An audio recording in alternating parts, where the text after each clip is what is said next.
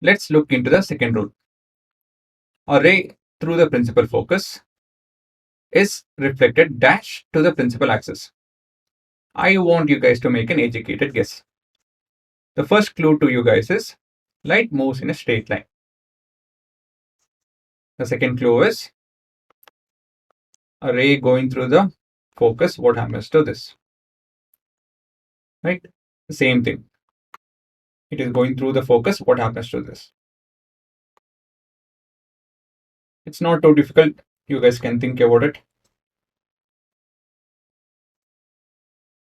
It will be, yes, parallel to the principal axis. What you just learned in the first rule, that is, in the previous rule, the opposite of that is happening over here. That's it.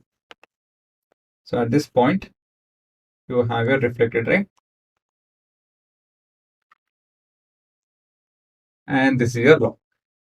A ray going through the focus will be parallel, bounce back parallel to the principal axis.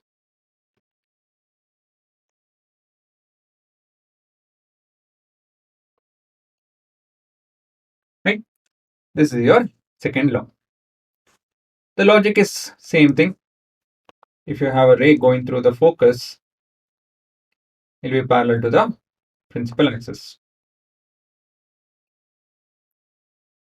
So the logic is that at the point of incidence, if I happen to join with the center, this will act like a radius, and a tangent drawn over here will act like a plane mirror, imaginary plane mirror. And so we have your angle of incidence is equal to angle of reflection. Right? Same thing. Same thing. There's nothing fancy about this.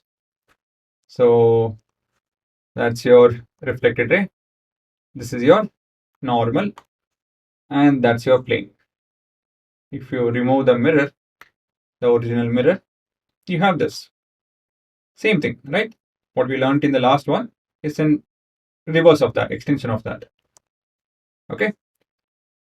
Yeah. So next is I'll be showing you guys how to draw the above on a sheet of paper. So step 1, mark 3 points 3 centimeter apart. So we have 0, 3, and 6. Okay, so draw a straight line and mark these 3 points. Next, with your compass, draw an arc of 6 centimeter radius.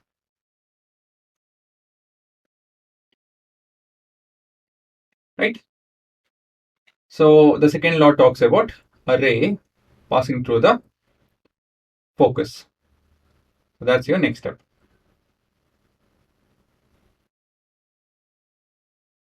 So we have a ray passing through the focus.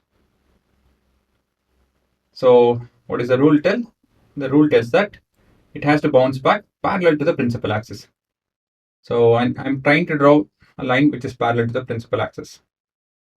The first thing is I'm measuring. It's around 7.5. Actually, yeah, that's a mistake which I do first.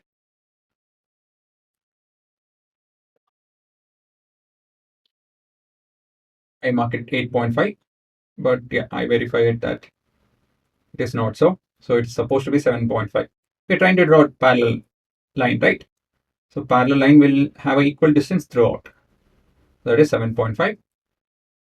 And there too, you need to have 7.5.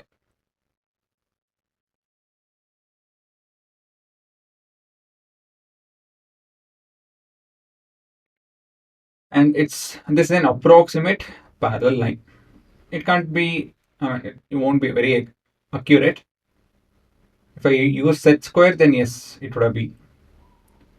So that is your incident ray and your reflected ray. This is your actual drawing that you need to do. To explain the logic, we need to draw. First thing we need to draw is normal. And post this, we need to draw. Okay, we need to verify that angle of incidence is equal to angle of reflection.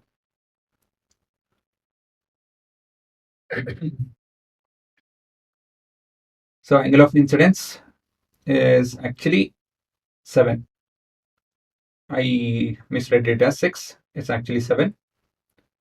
And you guys know the answer. Angle of reflection will also be equal to 7 degree. Right? It's clearly 7 degrees.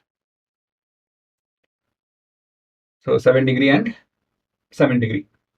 So the logic holds good.